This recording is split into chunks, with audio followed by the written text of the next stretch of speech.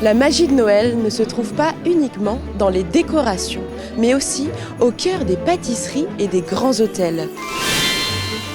Aujourd'hui, je vous emmène à la découverte des bûches de Noël. Entre créations traditionnelles et recettes audacieuses, et vous, quelle est votre bûche préférée ? Pêche, poire, amande. 3 chocolats. Moi, ma bûche préférée, c'est la plus simple, c'est un roulé au chocolat. Plutôt des fruits ou des fruits secs à la provençale. Je préfère les bûches avec beaucoup de chocolat. Celle au chocolat. Chocolat noisette. Si aujourd'hui elle se décline de multiples façons, son histoire vient d'une ancienne tradition. Au Moyen-Âge, avant d'être un dessert, c'était une véritable bûche de bois que l'on faisait brûler pendant les fêtes pour porter chance au foyer.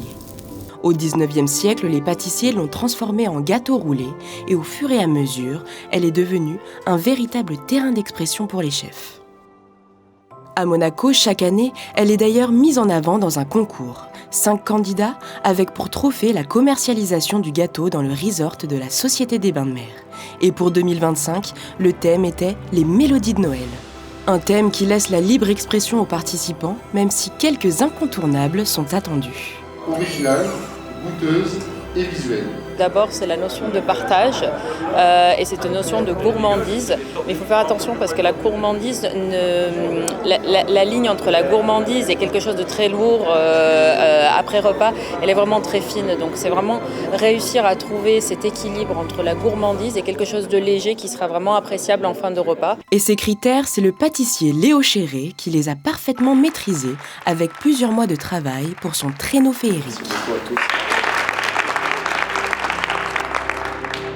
Au niveau des goûts, du coup, je suis parti sur un croustillant noisette, un riz au lait à la vanille, pour mes souvenirs d'enfance, une compotée de clémentine corse avec un peu de yuzu de menton dedans, un insert roulé clémentine corse avec une guimauve au yuzu, pareil de menton, et une mousse à la noisette et à l'amande.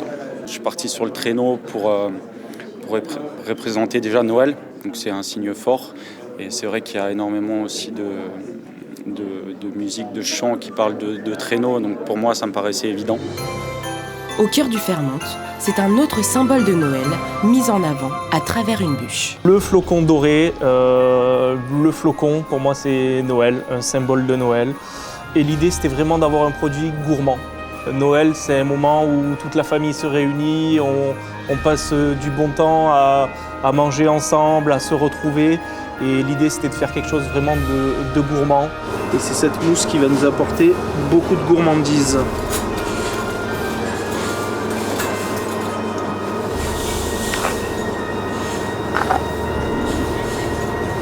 Donc là, on a notre flocon de Noël, noisette et chocolat noir. Et on va venir lui appliquer un velours en chocolat.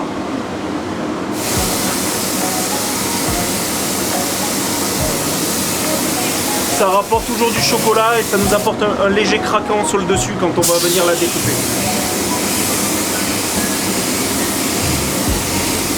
Voilà, c'est ce moule. C'est un dessin que j'ai fait. À partir de ce dessin, on a fait créer un moule sur mesure. On a eu envie de moderniser, de travailler sur quelque chose d'original et gourmand à la fois. Donc là, on est sur un chocolat noir, 62%, pure origine de Madagascar. On est sur de la noisette du Piémont. Une légère touche de fève de tonka, histoire d'apporter un petit goût supplémentaire. Et puis voilà, du moelleux, du croustillant, beaucoup de gourmandise. Des paillettes d'or pour la finition et ce flocon de Noël est prêt à déguster.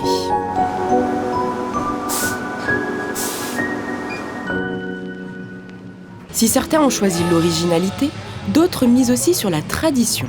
Chez Robuchon, le chef pâtissier propose 2 desserts de Noël en forme de bûche.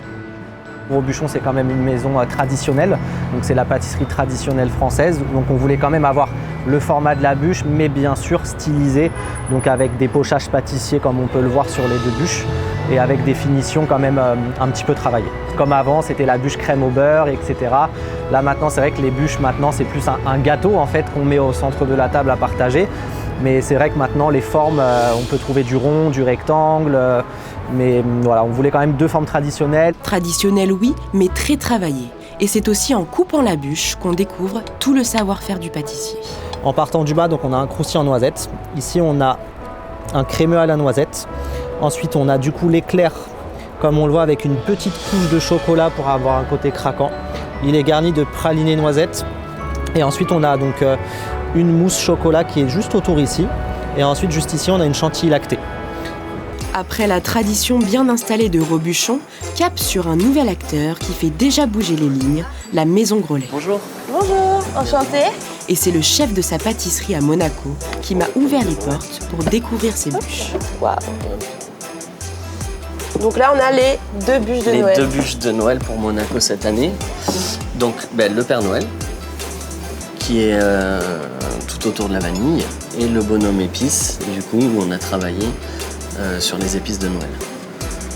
On voit qu'on reste un petit peu sur des trompe-l'œil. Oui, un petit peu. Le chef, cette année, il a voulu vraiment reprendre tous les personnages de Noël et des goûts plutôt simples et réconfortants.